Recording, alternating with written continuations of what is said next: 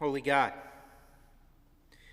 may the words of my mouth and the meditations of all our hearts be acceptable to you, our strength and our Redeemer. Amen. When I was a kid, I became obsessed for a while with the reading of accounts of emergency room doctors, the cases they saw. I remember the magazine Scientific American used to feature a regular column with their stories. And I don't think this account that I have in my mind for today came from that series, but I think I read it about the same time. A woman came in after her dog became unexpectedly aggressive, violent, and bit her on the face. This left a ragged tear running down through her upper lip that was, among other things, significantly disfiguring. The doctor recalls this woman's profound emotional distress at her injury to the extent that she didn't wish for anybody she knew to see her. But when she finally allowed her husband to come in to her room, he sat down next to her, locked eyes with her, and held her hand. He told her she was beautiful and that the wound wasn't so bad and that they would take care of it, the wound and the trauma, together. It was entirely what she needed to hear at the time. And I'll never forget what the doctor wrote next. He said he looked away.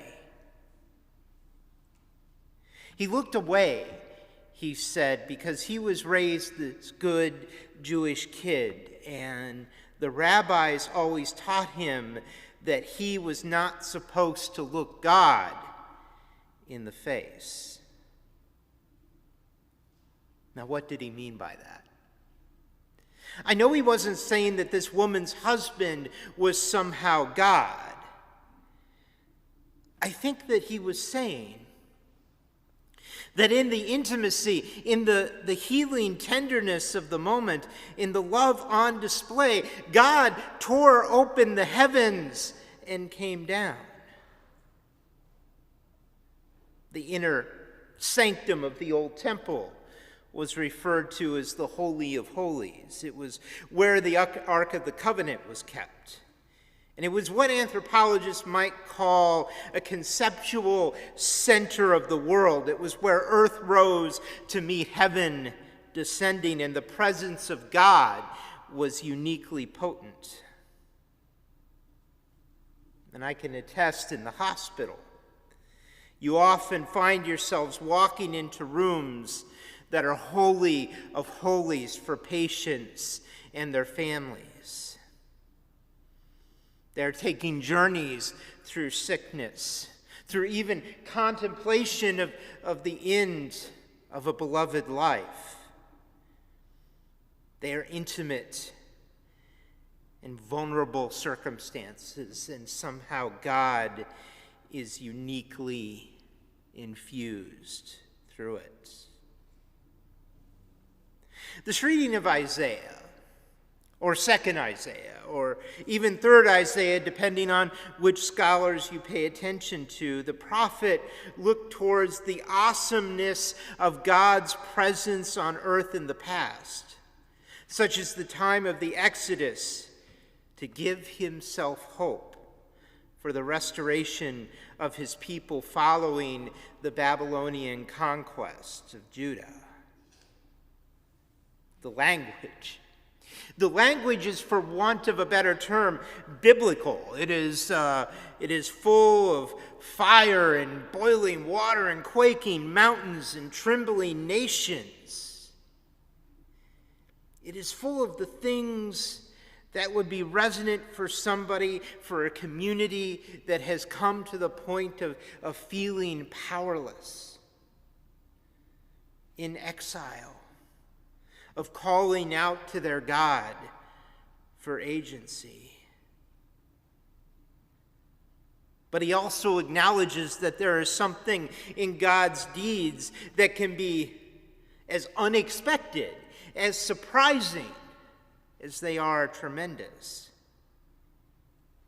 Towards the end of our reading, he has shifted gear and solicited God's forgiveness by calling God a potter and the people of Zion a clay. Suddenly we're not in the Exodus anymore. Suddenly we are at the Garden of Eden, and God, the artisan creator, is molding Adam and creating Eve. It's a surprising and surprisingly intimate image compared to the raw intensity and the scope that our passage, that our reading opened with. And it suggests to me that hope for salvation, for redemption, for a future that confronts and comforts the trauma of the past can blossom in many, many types of soil. This is a season of hope. The time in our Advent cycle where we explore and embrace hope through music, through reading, through art. So it calls us to ask ourselves, what soil does this hope grow in? And I think perhaps it is in this. God, who is the creator of the universe, the creator of the stars and the planets and the phenomena of the cosmos stretching out light years beyond our imagination, whose presence causes the natural world to tremble, the mountains to quake, fire and boiling water and columns of smoke and trembling nations and all that. The Son of Man, who will come in the clouds with great power and glory, is also the God who came to earth as a newborn in a stable, present and within the very essence of human vulnerability, in solidarity with it,